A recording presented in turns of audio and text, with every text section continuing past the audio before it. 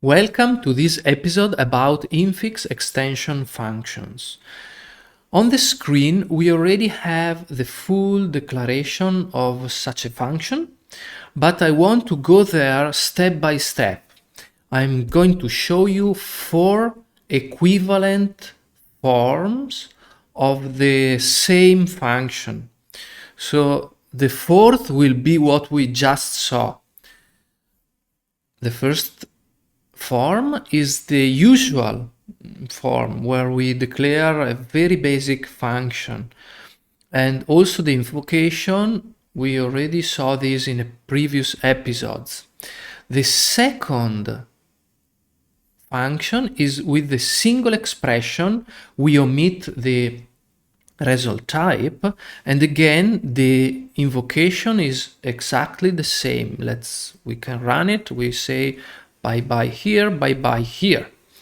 This is the function that repeats a string we already saw in a previous episode. Again, let's go to the third form. The third form is an actual extension function. Let's see how it is declared. We put here before the name of the function the type we want to extend. And then, thanks to this, we are going to gain this here. And it's the instance of this type. So this is an integer instance. And for the rest, it's actually the same as before. The behavior it's exactly the same for all 4 forms. Let's run it, and this is how we invoke an extension function. We have here the instance of the type integer, and we call it with name, and this is the argument to this parameter. So you see how extension function is very cool to create new function of types we do not control, where we cannot add types. There are also other benefits, but let's go on. Now we can see the Infix extension function. Between these and these, we just added this prefix, the infix keyword. The invocation is exactly the same, but we can, thanks to this, we can invoke the function in this way. So the infix function gives us the capacity to call the function on integer with spaces. This is the trick. So I will remove everything. I will leave just the declaration of the infix extension function and its peculiar way to invoke it. So you can see the number here because, as always, I'm following the by example of JetBrains, and I will leave the link to this specific episode to the Kotlin Lang playground.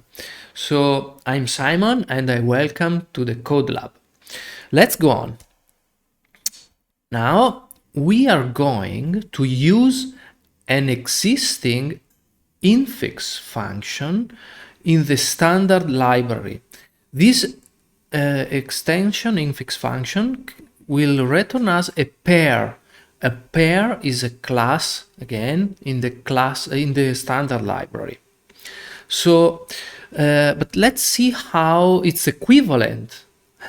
You can see this is a string, this is the extension function, and this function is declared infix. That's why we can call it in this way. But let's go on. How this is implemented?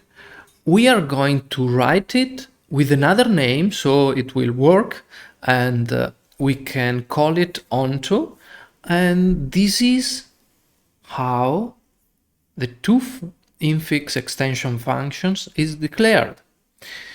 We extend the string type, and the body of the instruction is just the instantiation of this pair with the first argument, the string here, and the other is this argument here.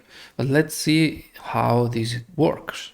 You see, this is this one.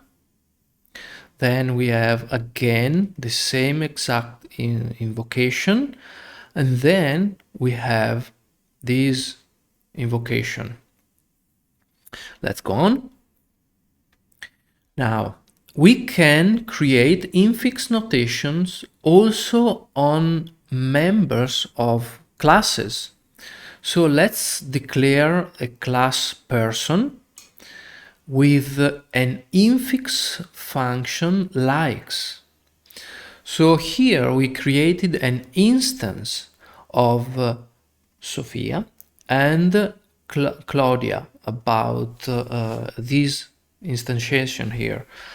So this invocation is made possible thanks to this declaration, and it will run this code, and it will add to the person liked by Sophia. We will add the instance of Claudia here in this list. So this is all for this episode. Please let me know if you have comments, and you can leave them here. Bye bye.